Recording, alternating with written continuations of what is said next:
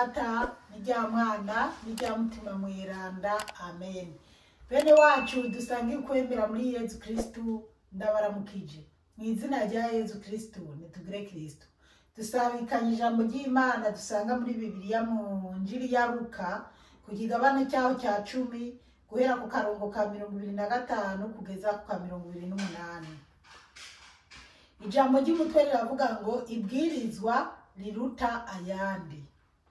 Niho rero umuhinga w'amategeko umwe yava hasi akamubaza ngo amugenze ati, mwigisha nokora iki ngo nze ntorane ubuzima budahera?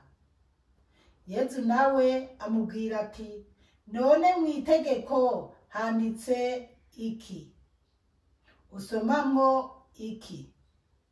Nawe amwishura ati, urakunda umukama Imana yawe n'umutima wawe wose n'umushaha wawe wose n'ububasha bwawe bwose n'ubwenge bwawe bwose, ukunde na mugenzawe nk'uko wikunda wewe nyene. Yezu nawe ati, wishuye neza, genda ugire gutyo nyene uzoheza ubeho. Bene wacu muri Yezu Kristu, iri ni ijambo ry'Imana, dushima Imana. Aleluya, amen, aleluya, aleluya, amen, amen. Bana b'Imana rero ni mu Njiri ya Luka.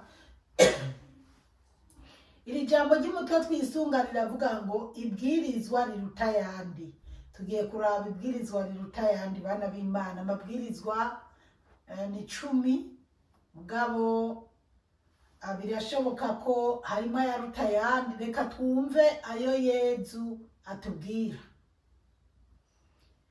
25 haranditse ngo, niho rero umuhinga w'amategeko umwe yava hasi akamubaza ngo amugeze ati, bana b'Imana, umuhinga ngo mu byo amategeko ngo yavuye hasi, ntigwari urukundo rumukuye hasi, ntiyashaka kumenya, ahubwo ngo kwari kugira ageze Yezu. Imana idutabare cyane. Ageze Yezu. Hari igihe abantu bakugeza, hari igihe natwe tumugeza Yezu canke tugeza abagenzi bacu kugira tubate mu ngorane gusa. Waruzi umuntu ashobora kukugeza ashaka kuguta mu ngorane. Imana iduhe kubitegera cyane. Yego tumve nyene yamubajije, mwigisha nokora iki ngo nze ntorane ubuzima budahera? Ariko aramugeza n'akariganga muhogo, ariko amubwiye ati, mwigisha nokora iki kugira ngo nze ntorane ubuzima budahera? Imana iduhe kubitahura cyane. Ariko arageza Yezu mu majambo y'imitego, ariko Imana sinzi. Reka turabe ingene byagenze. 26 bavuga ngo Yezu nawe amubwira ati, none mu itegeko handitse iki? Yezu aramubajije nawe ngo none mu itegeko handitse iki? Bose babazanije ibibazo. Uwo muhinga mu by'amategeko ashatse guhingura Yezu ngo amutege, mbese yibaza ko Yezu umuhinga mu by'amategeko yumva ko ari wazi ubwenge gusumba ubwa Yezu Kristu. Nk'uko natwe abana b'isi cyane muri iki gihe twumva ko tuzi ubwenge gusumba Imana, gusumba Yezu. Imana idutabare cyane, duhe no kwitahura cyane. Si urukundo.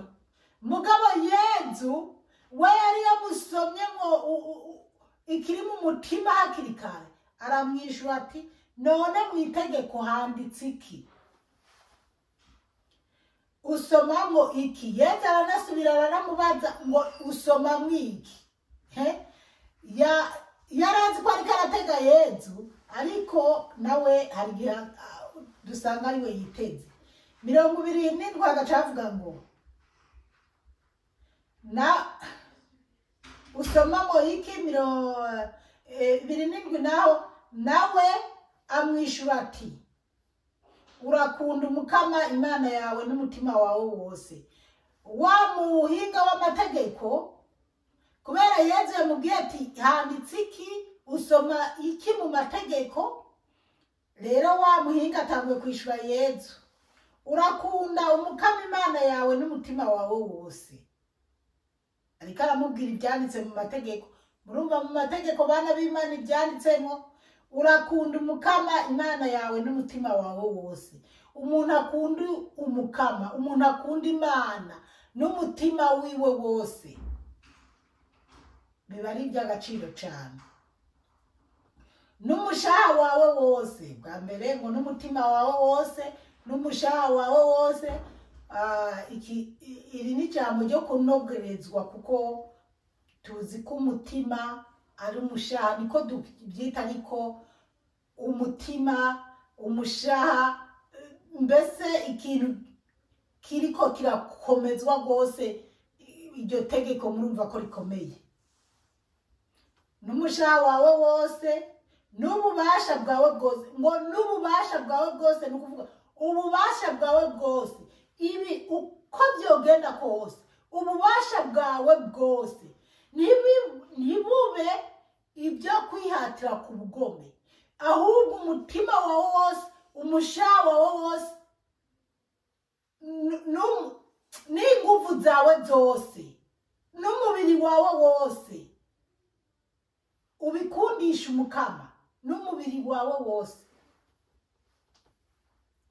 n'ubwenge bwawe bwose. Ngo n'ubwenge bwawe bwose, murumva bana b'Imana, nimba bavuga ngo n'umushaha wawe wose, n'ububasha bwawe bwose. Ububasha bwose ariko rero tugitegera mu bintu byinshi, iki kirimo byinshi, kubera ububasha bwawe bwose, ububasha bwawe bwose. Kwanza reka tukamare, hanyuma duce tukagaruka inyuma. N'ubwenge bwawe bwose, n'ubwenge bwawe bwose, ukunde n'umugenzi wawe nk'uko wikunda wewe nyene.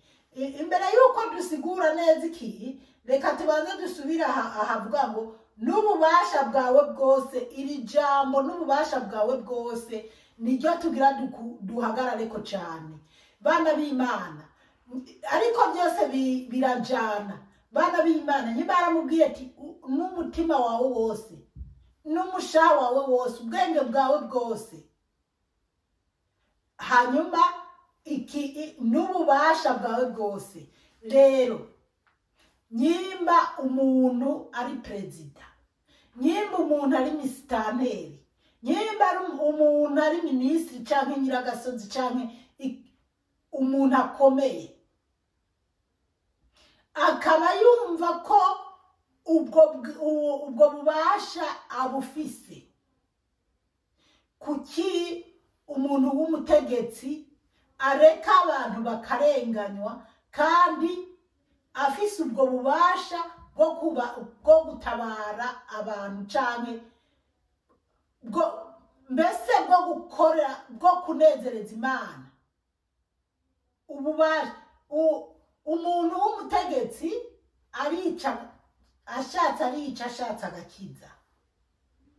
Rero biba bibabaje kubona abantu b'abategetsi banyanyasa abantu bato bato. Ibanze bana b'Imana, dufise abacamanza batonda mu misa kuwa Mungu, batonda mu misa, batonda mbese ngo ni mu makoraniro, mbese b'abarokore, b'abadivaniste batonda ku isabato ku munsi w'indwi. Nimba ari uw'indwi kwajya tuzi ko ari kuwa gatandatu. Mugabo ari abategetsi baja gusenga, bafise n'amabibiriya mu ntoke, ariko ububasha bwabo bwo gutabara bato bato ntibabukoreshe. Bakareka umuntu bakamunyaga itongo, umuntu bakamunyaga impene canke inka, umuntu bakamunyaga akazi, umuntu bakamwirukana ku kazi, umuntu bakamunyanyasa ku byiwe, kandi uwo muntu afise ububasha kwiwe. Nicyo batubwira ati n'ububasha bwawe, kunda umukama Imana yawe n'ububasha bwawe bwose. Ubwo bubasha Imana yaguhaye bw'icyubahiro cyo kuba perezida, cyo kuba misitanteri, cyo kuba nyiragasozi, cyo kuba minisitiri, cyo kuba umwami, cyo kuba umwamikazi, cyo kuba umuntu akomeye ufise ububasha. Ubwo bubasha Imana yaguhaye ngo buteranye n'umutima wawe wose n'ubwenge bwawe bwose, mbega ubukoremo ikintu kinezereza Imana kikanezereza n'abantu. Reka tubandanye. N'ubwenge bwawe bwose haca umutima wawe wose, mbese umubiri wawe wose ubujane mu Mana, mu itegeko ryo kubaha Imana. Hari ikindi gikomeye rero, ukunda na mugenzi wawe nk'uko wikunda wewe nyene. Imana idutabare cyane. Murumva rero abana b'Imana ngo ukunda na mugenzi wawe nk'uko wikunda wewe nyene. Yo, dukunde bagenzi bacu nk'uko twikunda twebwe nyene, ibyo biragoye. Kandi jeho ndazi benshi muca muhafatira, ariko nuko tugomba kubyiga no kubivuga nk'uko Imana iba yaduhaye, tukabivuga mbese tukibaza, mbega turakunda bagenzi bacu nk'uko twikunda twebwe nyene? Bana b'Imana, ijambo ry'Imana ritubwira gukunda bagenzi bacu nk'uko twikunda. Mu by'ukuri ni bake babaho wosanga bakunda bagenzi babo nk'uko bikunda. Biragoye, mugabo birashoboka. Nubwo utomukunda ngo umuhe ibyawe byose canke ngo mugabure, mugabo umukunde, umuhe kuri bike ufise, kuri byinshi ufise ukure ko bike uhe mugenzi wawe, umugirire neza. Dukunde bagenzi bacu bana b'Imana. Kandi nubwo nzi ko hari abaca batelefona ngo none ko wigishije ibintu nk'abamerewe uku, umva ndababwire, wewe si wowe usunika umuntu kugira umuntu aguhe. Umuntu nyimba yabonye kuri umukene, we nyene Imana iramugendera canke arafise ubwo bumuntu bwo kumva ko akwiye gusangira na bagenzi biwe. Bana b'Imana, nkirahangira mvuga ibintu sinzi, ariko numva biriko birambogaboga mu kuvuga, ngira umutima mwira ndashaka ndabivuge. Ego mw'iyi minsi hari umuntu twakoranye idiri, nyimba ari idiri, hanyuma dukoranye idiri yagomba kunyishura amahera, yagomba kunyishura 50. Mugabo mu ntango twavuganye 100, hanyuma ariko ibyo bintu sinabimukorera nk'uko bimwe ndabikora ibindi sinabikora. Noneho rero ubwo rero uwo muntu aca arambwira ati rero amahera 100. Amahera 100, ndamubwira ati no, sinshobora gutora ibitari gwanje. Amahera na yawe 50, je ntwara 50. Ngo je ndayagubigize ndabibona, ngo ndayaguhaye ndabishaka, ngo kuko ngo mu by'ukuri ngo ndazi ngo wari wagerageje ukuntu wanyimviriye kiki. Nubwo biri uko sishobora gutora aya mafaranga, ntabwo ngiyo barayanje. Mugabo ubundi mutima nkumva urambwira yatore, ariko mu bundi mutima nkumva umenga ntori ndayatore kwe. Nyuma we nyene ndamubwira ati none ubu nyene uri serious ko wumva nyene bivanye rero n'ibintu nari nareretswe mw'iyi minsi. Ibintu nari nareretswe buriya hari igihe Imana itugirira ibintu bitari rero Imana yaranyeretse ibintu sinabitahura neza, yewe nkaza ndaja no muri chapelle ti nsobanuza Imana, kumburira aza kungendera mu rindi joro isigurire. Hanyuma nibwo ndamubwira ati okay, rero jewe kubera ukuntu mbayeho aya mahera nyimba mu mutima wawe wumva washaka kuyaha jewe ntabwo naje warayanja ahubwo ndabona ko ari ikintu Imana ishaka gukora ati je kubisanzwe iki kintu nagukoreye nariko ndashaka amafaranga yo gufasha umuntu runaka canke abantu runaka hanyuma ati rero ko wowe wumva ugize umutima ukumva warumyumviye ikigongo cyo kuyama ahubwo muri wewe wumva ko Imana igukoresheje kugira ndayahe abandi bantu Imana ikeneye konka ayo mafaranga canke dufasha ati rero nubwo wumva kuyahaye jewe ngiye kuyarungikira abantu bo mu Burundi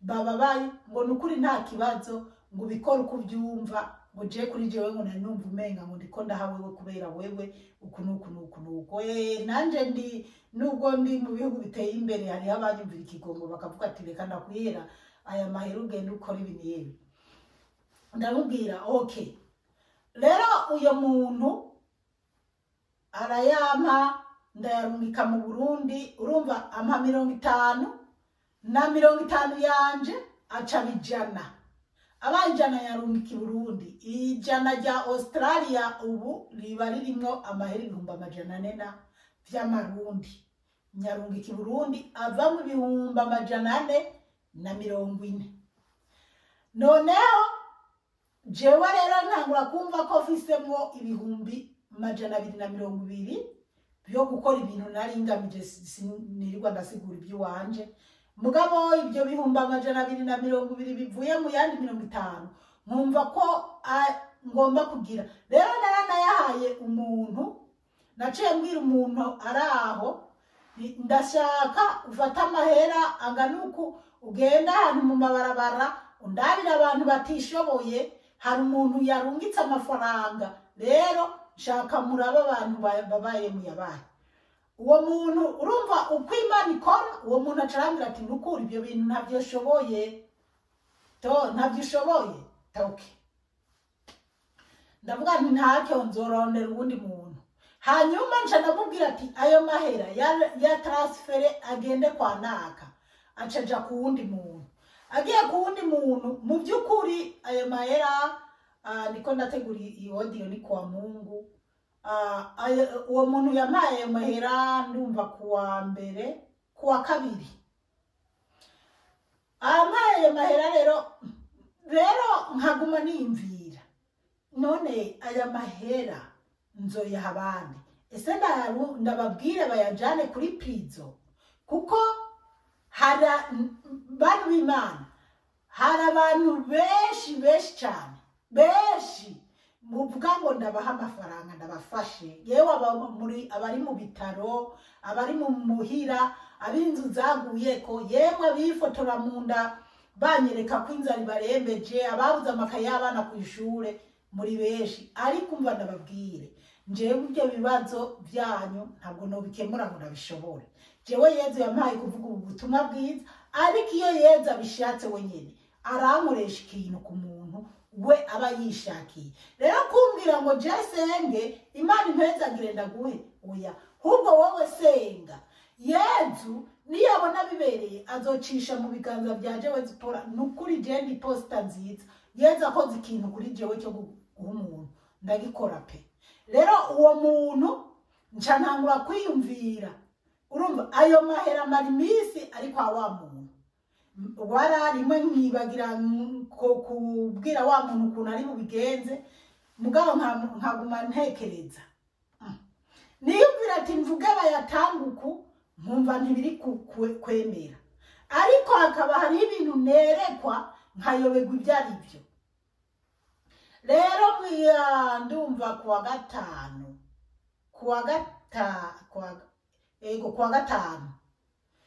nibwo nagize gutya mwijoro nifitiye n'ishapure mu ntoke ngira nkoze ishapure ku munwa ati ntangure kuyivuga hari kuwa gatanu mwijoro mvuye kuririmba gutegura kuko bwari bwije ndabwira abana bagende bajyamo umwe wese asengere mu kibanza kiwe mu cyumba kiwe nanje ngiye gusengera mu cyumba cyane mbona telefone irampamagara imaze kumpamagara hanyuma dutangura kuganira n'umuntu bana b'Imana umuntu ashaka yumva ibindi ko ndavuga wenda yozofasha nawe umuntu ngiye kuvuga hanyuma ya muntu acarambwira numwe mbere wo mu muryango wanje ngo wesha urazi ngo burya ngo mwisi ibintu biragoye teko hanyuma acambwira ati hariho umwana bariko baravuga umwana uwo mwana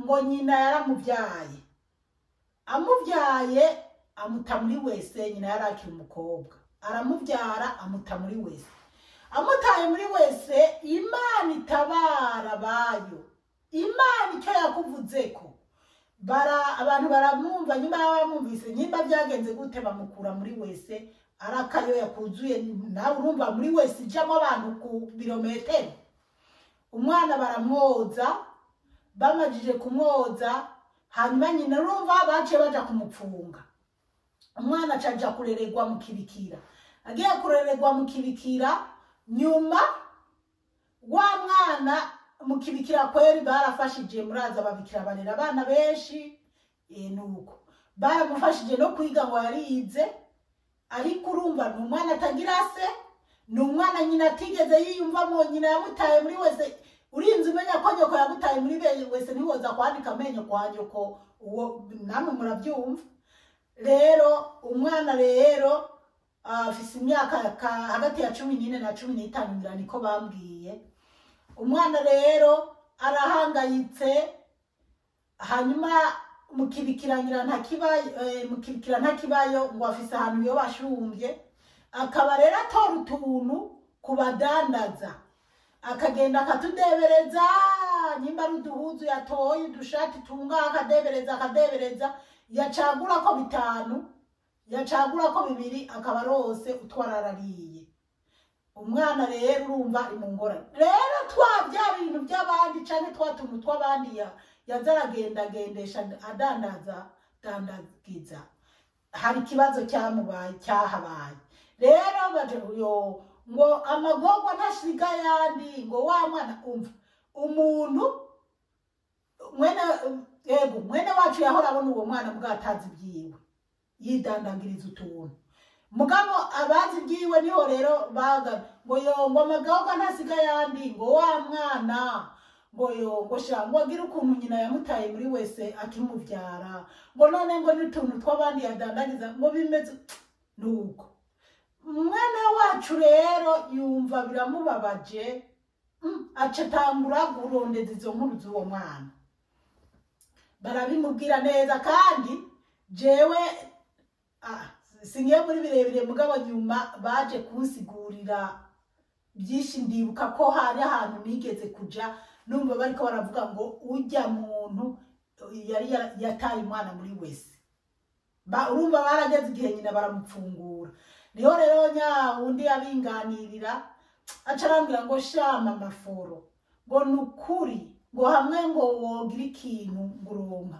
ngo uraraba ukuntu wogenza uwo muntu hari byinshi twaganiriye nyuma ndavuga nti turagana ubwo nyene agitangura no kumbwira naciye mbona ibintu mbibona nka televiziyo mbona ibintu bije cyane ndamubwira nturazi je nagira ntangure kwivugira ishapure ati kandi jewe uwo mwana naramweretswe usibye ko nari narayobewe ibyari byo buriya ndatawe igituma hari amahera umuntu yamaye bikaba byari byarananiye kuyatanga ati rero nukuri amahera yo gufasha uwo mwana ariho candiyumvira ndavuga ati nubwo ngiye kubibabwira gusa uburyo ngiye kubivugamo nukugira umuntu azokumva iyi message iri jambo ry'Imana ntanze ry'uyu munsi ndumva rizobashikira ariko wambe uzobyumva akumva afise umutima w'urukundo yogira tugaterateranya tugafasha uwo mwana rero uwo mwana jewe nababwiye ko mu 440 nari mfise nk'ibihumbi 220 ayandi 220 yari ya wa muntu yari yampaye. Nca ndiyumvira ndavuga ati okay, uwo mwana basi ca mugenda mumuhe ibihumbi 200 na bana b'Imana. Kubera je namuhaye amahera ya wa muntu kuko jeni posta Yezu yanshishijeko, numva ko ayo mahera atari gwanje kandi numva ko ata muntu wo mu muryango wanje yojya kwaye mahera. Rero kuko ayi wanje yofise ibindi bintu nayageneye. Rero murumva bana b'Imana, uwo mwana nyina yari yaramutaye muri wese. Hari ikimana yamuvuzeko. Nukuri ndasabye umuntu azokumva iyi nyigisho, iyi audio, n'umutima wiwe wose, n'ubwenge bwiwe bwose, n'ububasha bwiwe bwose. Nukuri azandondere canke azandondere shobore kuba tworondera ako kana tugafashe, canke azandondere tugira ikintu cyo kwifatanya ducanke udufaranga duha uwo mwana gatahe adandaze. Ni umwana atagira se, ni umwana atagira nyina, ni umwana atagira umuryango, abaye ahantu azarishumbashumbira. Mugabo ntakiba mukibikira kuko yarakuze. Urumva haragera igihe bakuze bakababwira ati mugende mu miryango kuko bariko barakira abandi babari batoya. Abana b'imfuvyi ni benshi. Rero twokwifatanya tugacangacanga n'amaburiburi tukamuronkera gatahe. Arakeneye kwambara, arakeneye ahantu ho kuba, arakeneye mbese twumve ko iyo Mana yatumye bamukura muri wese atapfuye akiri muzima. Niyo Mana yakoresheje wa muntu yampaye ya 50 igakoresha najewe kugira mbe posta. Rero nawe iyumvire urabe icyo womara kuri uyu mwana, dukorere umugisha kuri uwo mwana. Hanyuma 28 aravuga ngo reka mvuge ukunde na mugenza nzawe nk'uko wikunda wewe nyene. Bana b'Imana, 28 hashozera havuga ngo Yezu nawe ati wishuye neza, genda ugire gutyo nyene uzoheza ubeho. Genda ugire gutyo nyene uzoheza ubeho. Tugire gute? Dufashe uwo mwana n'ukuri Imana izoduhana umugisha. Mwarahezagiwe n'Imana. Kw'izina rya Data n'irya Mwana n'irya Mutima Mweranda. Amen.